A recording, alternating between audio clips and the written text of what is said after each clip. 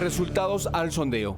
Después de la entrevista en Pregunta Yamit con el exfiscal general de la Nación, Néstor Humberto Martínez, ¿usted está de acuerdo con que se acelere el apoyo a los exguerrilleros de las FARC que están totalmente desmovilizados? Sí, 96,12%. No, 3,88%. La inmensa mayoría del país está de acuerdo. Así es. ¿A usted qué le parece?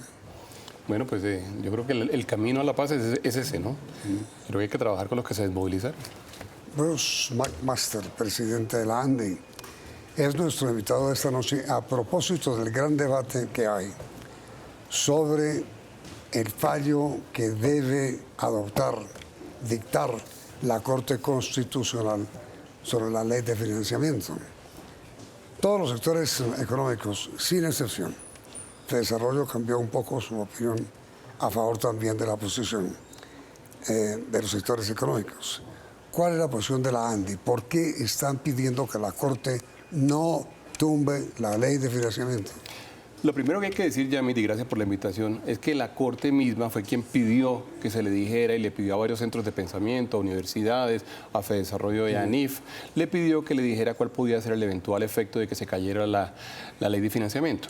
Esto en sí mismo es muy importante porque de alguna forma da luces alrededor de que la Corte efectivamente está teniendo en cuenta, claro, está teniendo en cuenta efectivamente de qué estamos hablando en la economía. Es decir, que no va a considerar solamente los aspectos jurídicos, sino también los efectos económicos que podría tener. Pues los aspectos formales, y yo sobre eso luego si quiere también tengo una opinión aquí del doctor Juan Manuel Charri, pero los aspectos no solamente los formales, sino los de fondo. Entonces nosotros en la ANDI, con base en eso, hicimos un estudio detalladísimo, que además también nos permitimos radicar frente a la Corte el día 3 de octubre, en donde hicimos un detalle efectivamente de todos los rubros en los cuales aumentan los ingresos para el Estado como consecuencia de la ley de financiamiento y otros en los cuales disminuyen como consecuencia de la ley de financiamiento. Pues claro, porque hay ciertos impuestos que se crean, por una parte como por ejemplo el plurifásico a las gaseosas y a las cervezas, o por otro lado hay ciertos impuestos que se reducen, como es el caso del impuesto de renta. El neto final resultó, Yamit, ser un neto positivo para el gobierno si hay ley de financiamiento. Es decir, si se cae la ley de financiamiento, y esto es en contra inclusive de lo que intuitivamente algunas personas habían dicho, realmente se le reducen los ingresos al Estado. Pero ¿cuál es realmente cuál es el impacto fiscal que tendría la caída de la ley? Claro, entonces la estimación que se ha hecho hasta ahorita, que no es una estimación menor, es de que habría una reducción en los impuestos de alrededor, Yamit, en el caso del primer año, por ejemplo, si hay ley de financiamiento, el gobierno recaudaría 158 billones de pesos. Si no hay ley de financiamiento, recaudaría 156,9 billones de pesos. Es decir, estamos hablando de una diferencia de por lo menos 1,5 billones de pesos anuales. ¿Que dejaría de recaudar? Que dejaría de recaudar, porque la ley creó instrumentos nada más novedosos, pero también instrumentos que están permitiendo reducir la evasión, que están permitiendo formalizar, o incluso impuestos nuevos como el que yo le mencionaba, el plurifásico a las gaseosas y a las cervezas.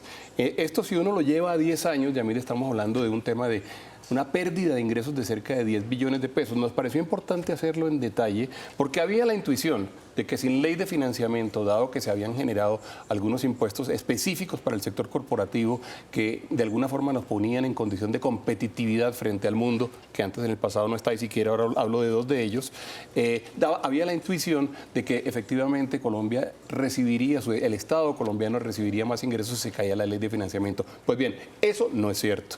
Ya de alguna forma las cifras lo demuestran. También luego está el otro tema, que es un tema gigantesco, pues, bueno, ¿y las empresas qué? ¿Y los empleos qué? ¿Y el crecimiento qué? Y yo le diría que ese es el efecto también más grande en este momento, no solamente porque genera una inmensa incertidumbre alrededor de la gente que piensa invertir en Colombia, sino porque adicionalmente, Yamil, se produce también, y yo quiero mostrar unos cuadros, se produce una pérdida también de ingresos derivados de la menor actividad económica.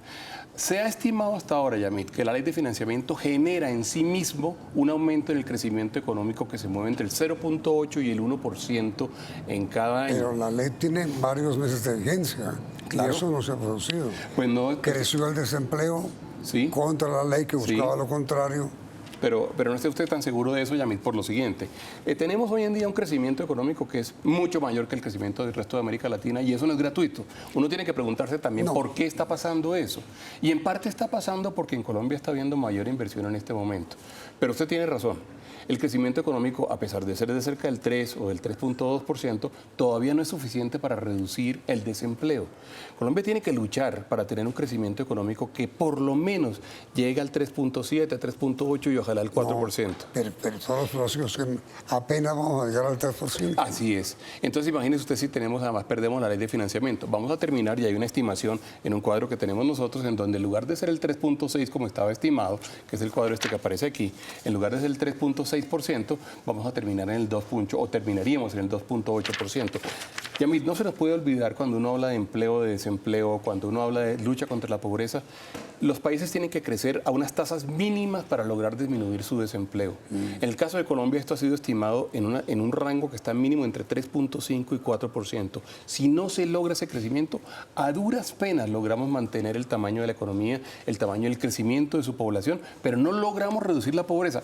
Vea las cifras de pobreza de los últimos años, están estancadas en el 27%. Pero mira, doctor Ruz, esta actitud de la ANDI no se entiende porque precisamente la reforma redujo sustancialmente lo que ustedes los industriales pagan inmediatamente después de conocer.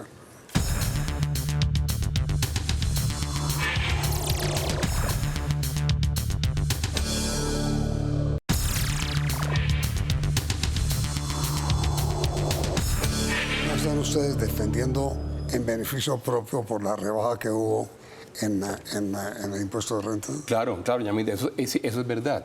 Pero el beneficio propio de las empresas en Colombia es el beneficio propio de los empresarios, pero también de los trabajadores y de la actividad económica, eso es cierto.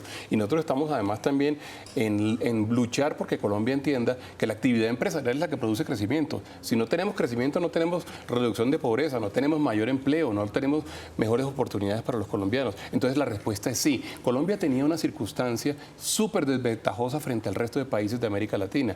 Nosotros estábamos pagando un impuesto de renta del 37%. Lo dijo la OECD. La OECD le dijo a Colombia, si usted quiere ser viable y quiere lograr reducir la pobreza y aumentar el empleo, usted tiene que bajar la tasa impositiva para que aquí haya inversión y haya más actividad económica. Tiene usted razón. Nosotros defendemos la actividad empresarial, claro que sí. Sí, pero mire, se produjo una norma que nos ayuda mucho, que es la rebaja del 37 al 30 en 2 años, ¿no? Al 37, al 33, 32, 31 y 30. Sí. Y la deducción del IVA. Claro. Pero compárese usted, por favor, Yamit, con el resto de países de América Latina. Es que usted no se puede olvidar de eso nunca. México al 28, Chile al 28, Perú al 25, y le estoy hablando de Alianza del Pacífico.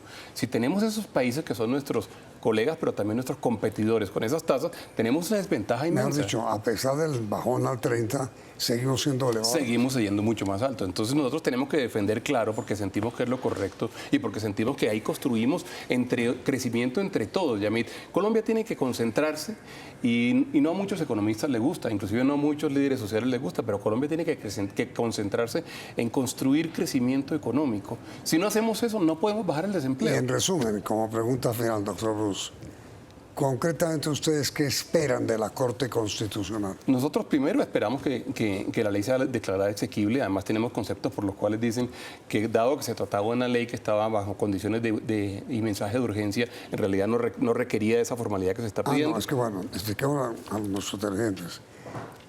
La demanda es porque no se publicó previamente en el Senado lo que aprobó la Cámara. Al revés, el que no se publicó, sí, pero es más o menos lo que usted dice. Y hay constitucionalistas que dicen que cuando se trata de leyes tramitadas bajo mensaje de urgencia, primero las cámaras, digamos, las comisiones de las cámaras están conjuntas y luego no hay necesidad de hacerlo. Entonces, desde el punto de vista jurídico tenemos conceptos... No es necesario publicar la Gaceta. Exacto. Pero más allá de eso, que eso es forma importante y legal, hay que entender también cuáles serían las conclusiones y las consecuencias en caso de que la ley se cayera. Si la ley se cae, perdemos un punto de crecimiento. Si la ley se cae, generamos incertidumbre jurídica. Si la ley se cae, Colombia va a dejar de ser atractiva para los inversionistas internacionales. Inclusive, y yo no quiero decirlo muy en voz alta, lo digo aquí entre usted y yo, el tema de las calificadoras de riesgo, yo me preguntaría qué van a decir. Que nos bajen. ¿Qué van a decir no solo de los bonos de Colombia, sino de los bonos de las empresas de Colombia? Es un tema mayor, es un tema en donde afortunadamente habíamos dado este paso. Es un paso que no tiene resultados inmediatos. Usted me pregunta con razón por el tema del empleo. Sí, el empleo se demora, el aparato productivo produciéndolo, pero en la medida en que se necesita la gente se contrata. De eso usted no tenga nunca la menor duda. Yo estoy convencido de que a los colombianos les conviene, a todos los colombianos les conviene tener un sector empresarial que funcione y que sea más competitivo, Yamil. En consecuencia, la pregunta para nuestros televidentes, ¿están ustedes de acuerdo en que, como dice el doctor Bruce, presidente Landing, por el bien del país, por el bien común, como dijo la Corte en su reciente sentencia sobre el tema, sí, así es preferible que la Corte Constitucional no tumbe la reforma tributaria o ley de financiamiento? Así es, porque le va mejor al Estado y porque le va mejor a los privados. Bueno, al margen de eso, ¿cómo le parece este milagro del Santa Fe? Pues es un milagro, Yamil. Yo creo que tenemos que seguir prendiendo velitas porque sin duda lo que hemos logrado es increíble. No, pero velitas, ¿para qué? Hombre, semejante equipo no necesita velas. Pero los equipos tienen que ganar y no estábamos ganando, Yamil. Teníamos 2 punticos nomás y fíjese cómo vamos por 21 ya. Es que semejante equipo, 22. ¿Quién le gana? Bueno, es muy bueno, ¿no? Doctor, muchas gracias. Gracias a usted, Yamil. Y a ustedes los invitamos enseguida a ver nuestro tradicional 1, 2, 3.